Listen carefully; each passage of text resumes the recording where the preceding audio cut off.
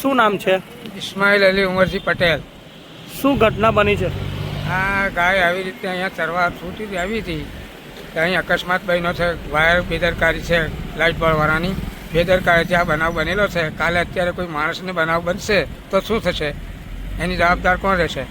આ વીજના થાંભલા ઉપરથી કરંટ લાગ્યો છે. વીજના થાંભલા ઉપરથી કરંટ લાગેલો છે.